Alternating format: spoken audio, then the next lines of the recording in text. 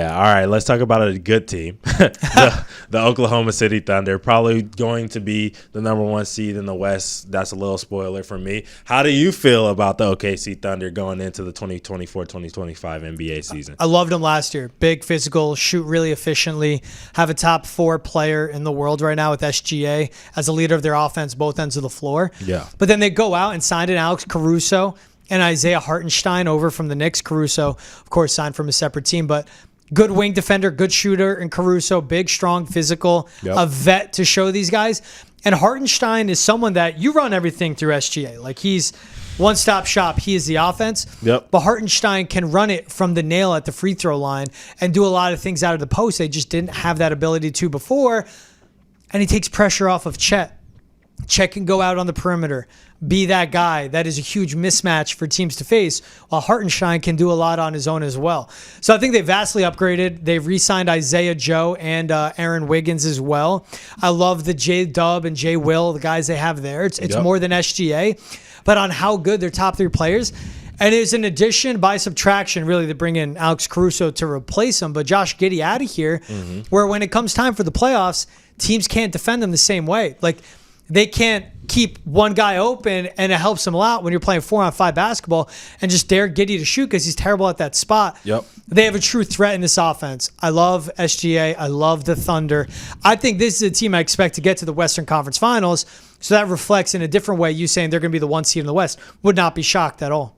Yeah, I was looking up Caruso's stats as you were talking because I thought the same thing. Like, you're losing Giddey, but you're getting a guy who fits more into your system. Now, I think Giddey might have an opportunity to be a better player over his career than Alex Caruso is, just off of basketball talent. But you didn't need what he brought to OKC on the Thunder. You need that more in Chicago, right? A guy who's an on-ball guard who really needs a ball in his hands to score, facilitate, and get things done for his team on the offensive end. He doesn't need to be in the corner waiting for a shot, playing off closeouts. He needs to be playing pick and roll, and we saw that with Australia. And I'll talk more about him when we talk about the Chicago Bulls. But with Caruso, you got a 40% three-point shooter now added to SGA's team. So you got him, you got Dort, who's obviously became a way better shooter throughout his time being there with the Thunder over his career. You got Wiggins, who's going to be a lights out shooter for their team. You have the good J-Dub. Excuse me, good Jalen Williams, number 8. You know what I'm saying? Is a bucket getter supreme. He plays super well off the ball. He shoots the ball extremely well. And then you have a center with Chet who can stretch the floor out as well, kind of like what we see with Porzingis here in Boston. He stretches the floor out to 30-plus feet, and he makes defense be aware. You have that now surrounding SGA. This team is going to be really, really dangerous. And Caruso's a better defender right now in his career than Josh Giddey is. And then on top of that, like you said, you're adding Hartenstein. They had Biyombo. You know what I mean? Last year. What was Biyombo doing for them? Nothing. Sitting on the bench. Nothing. And they replaced that and get Isaiah Hartenstein, who did a lot for the Knicks this year and was a huge part of their success, honestly, throughout the season and the playoffs. So adding those 2 guys is going to be huge for this Thunder team. I think they have a chance to be, honestly, the best record in the entire NBA. Yep. No question about that. Is there any I want to ask you this, though. Do you think Shai has a chance, or how good of a chance? If you could scale it on a 1 to 10 scale, 1 being he's not getting MVP at all, 10 being he's for sure getting MVP, how would you rank Shai on that scale in terms of getting NBA MVP? OKC getting the 1 seed says they're having a better record than Doncic and Jokic. Yep. Who are both betting favorites ahead of SGA to get regular season MVP. Yep.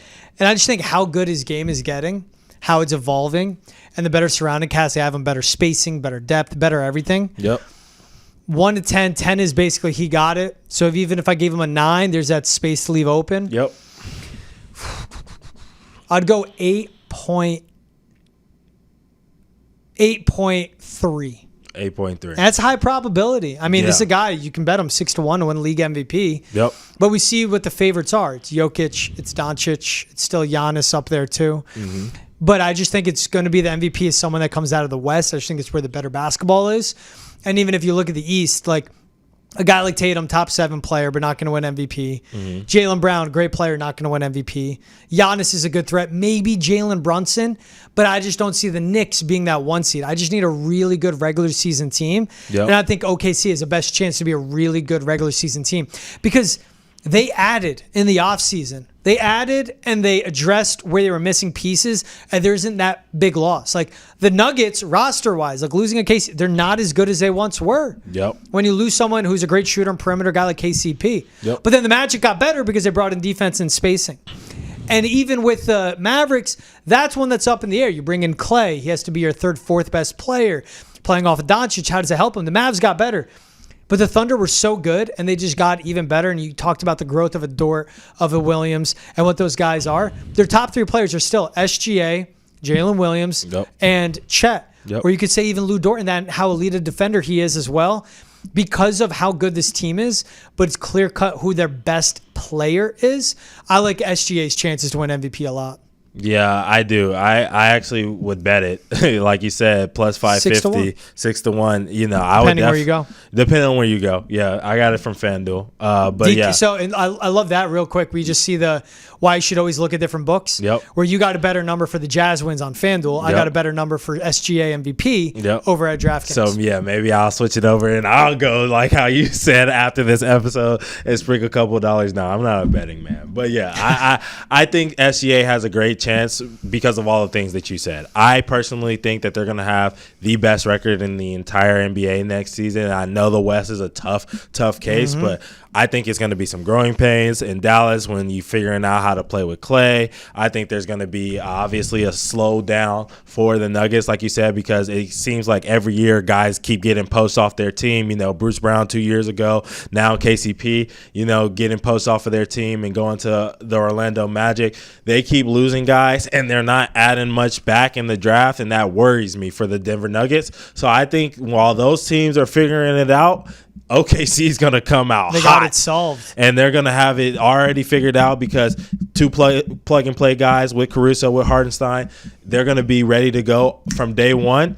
I think this team is going to be the best team in the NBA in terms of records in the regular season.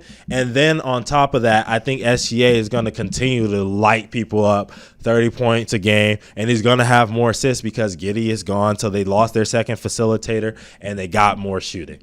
Yeah, it's like perfect put of like they just had to do the small tweaks to this roster. Already we're a really good team. Just had to make those small adjustments to get even better.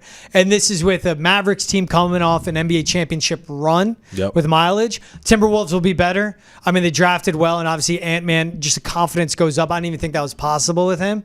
But what OKC has at that core, and then it is the best team in the NBA and clear-cut best player. That's a perfect marriage of SGA getting a league MVP. No matter what, though, you look at top 4 players in the league.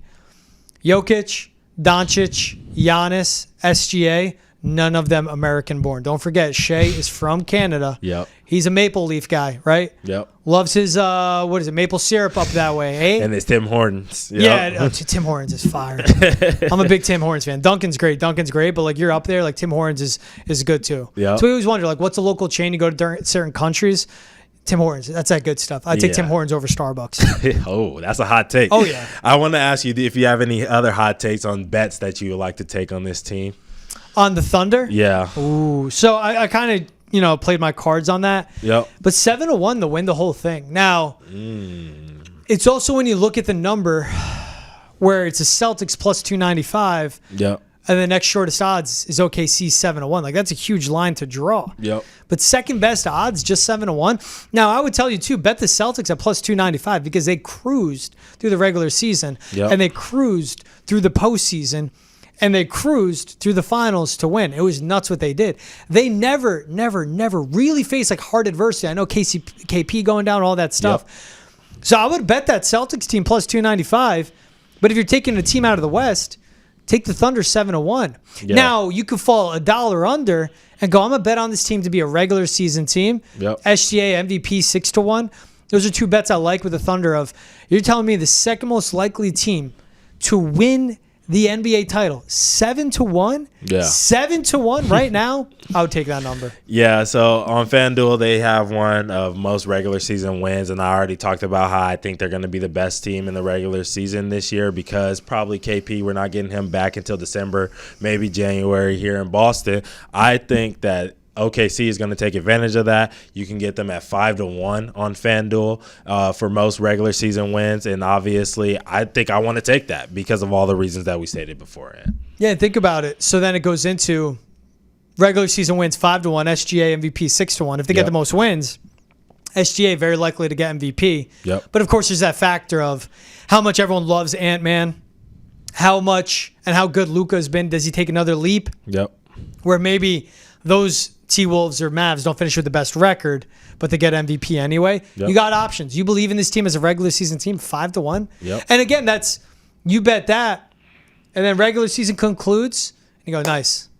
I'm in a good spot. That's it. Yep. I got my winnings. That's it. I don't have to sweat this thing out into the NBA Finals. But $200 difference between winning the whole thing and winning the regular season. Yeah, 100%.